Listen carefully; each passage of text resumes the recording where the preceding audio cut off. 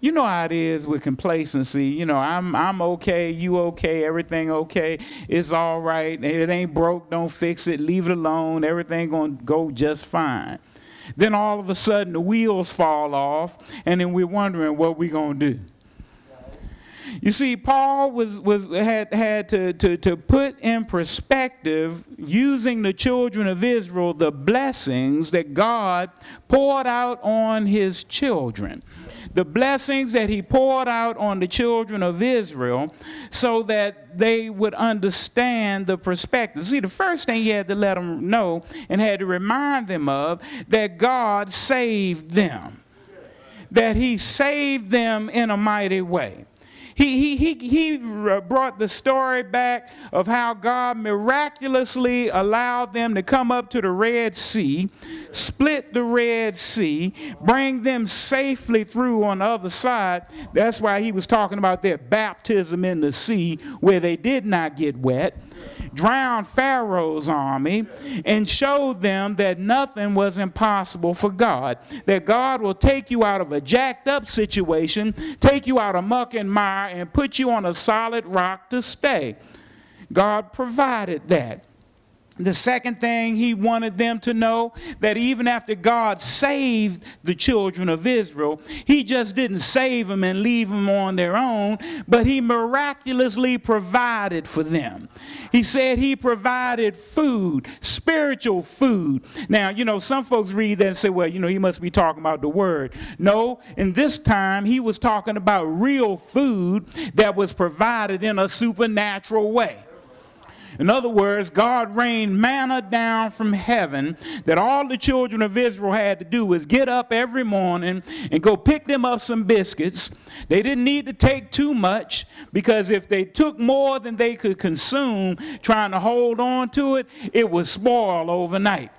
He made sure that they had everything they needed.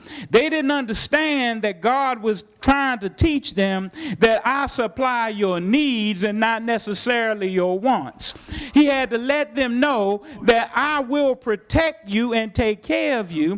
When they needed water, he told Moses, go strike the rock.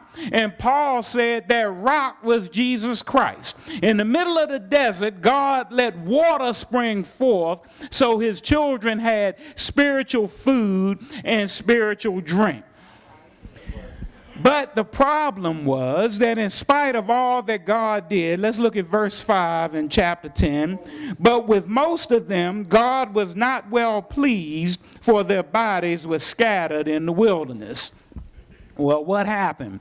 Some folk wasn't satisfied that God supplied the need. They weren't satisfied that God gave spiritual food and spiritual drink. God gave them bread. God gave them water. But some folks say, yeah, but I want steak. Well, God, since you breaking off some biscuits, can you break off some sausage to go along with it? And why are you sending down water? How come you can't give us some coffee?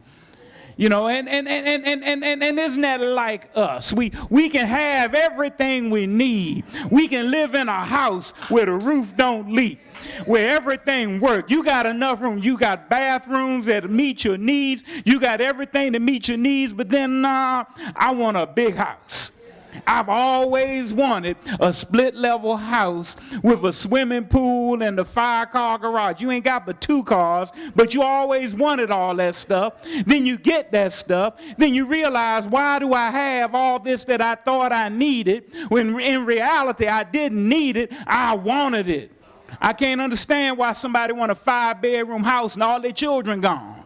Well, they gonna come visit. Well, that's why they got hotels. Come on now, truth be known, y'all know you love your grandchildren, but you also want to know there's some place you can put them so you can cool and catch your breath. Reverend talking about for grandchildren. The people, even though God had provided, got complacent. You know, and that speaks to us today, because God has blessed us. Oh, he has done marvelous things among us. He has brought us from a mighty long way. That's why we started with testimony service today, because we need to hear that God's still in the blessing business. Somebody needs to hear that, oh, they're going through what I went through, but God made a way out of no way.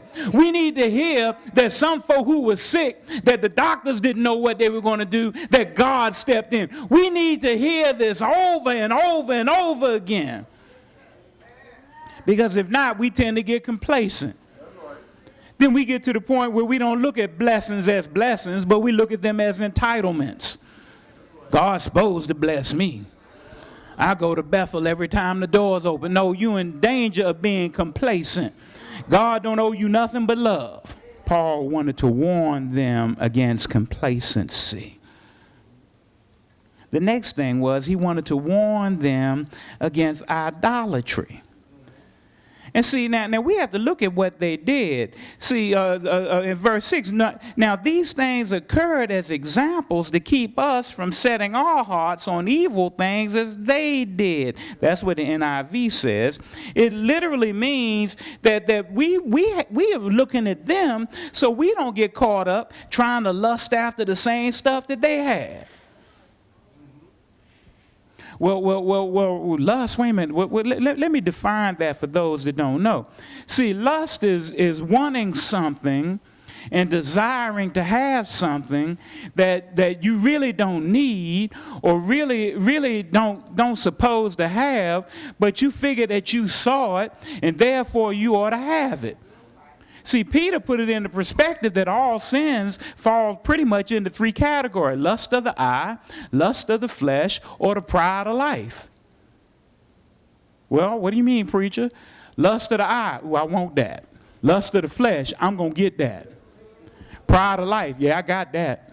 All sin falls into that category. It's about us, what I want, what I got to have, I need. I owe it to myself. You better watch it when you're saying stuff like that, because you put yourself in position where you want to go get what you want, when you want it, how you want it, and not dealing with what does God want me to have, what does God want to do through me.